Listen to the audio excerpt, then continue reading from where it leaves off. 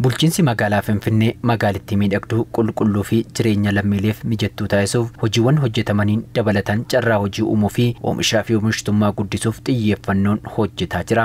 Bu'uuruma kanaan bulchiinsi magaalichaa indastiriiwwan kilaasteraan ijaaruuf bakka qopheessee hojjetaa kan jiru yoo ta'u, marsaa jalqabaan birrii biiliyoona 7 sheediiwwan bakka oomishaaf oolan 120 ijaaramaa jiran sadarkaa xumuraarra ga'an kantiibaan magaalaa Finfinnee Aadde Adaanech Abeebeen daawwataniiru.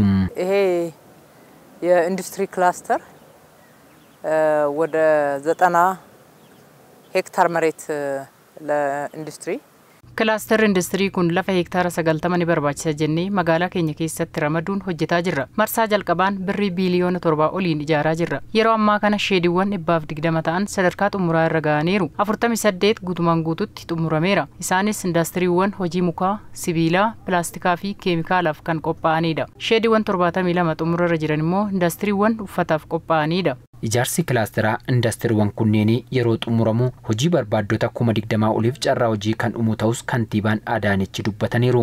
በጥቅሉ ለ20 ሺህ ያክል ሰዎች የሥራ ዕድል ይፈጥራል ብለን ነው የምንጠብቀው።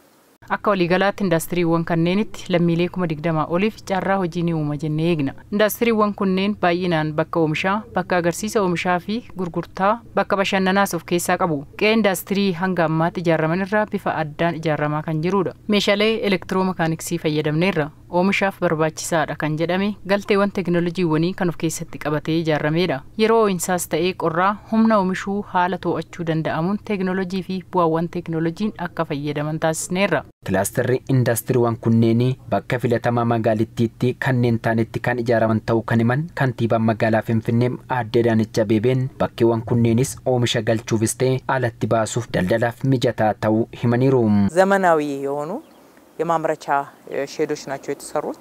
Haala ammayyaa ta'een bakki oomisha sheediiwwanii ijaaramaa jira. Haqaaqee irraa ka'uun gara boolee kaargotti kan deemu daandii haaraa irratti ijaaramaa jira. Daandiin kunneen haala gaariin misoomuu irra kan darbe karaa paarkii bulbulaa kan darbu kallattiin oomishaa gara buufata xiyyaaratti erguuf baay'ee mijataadha.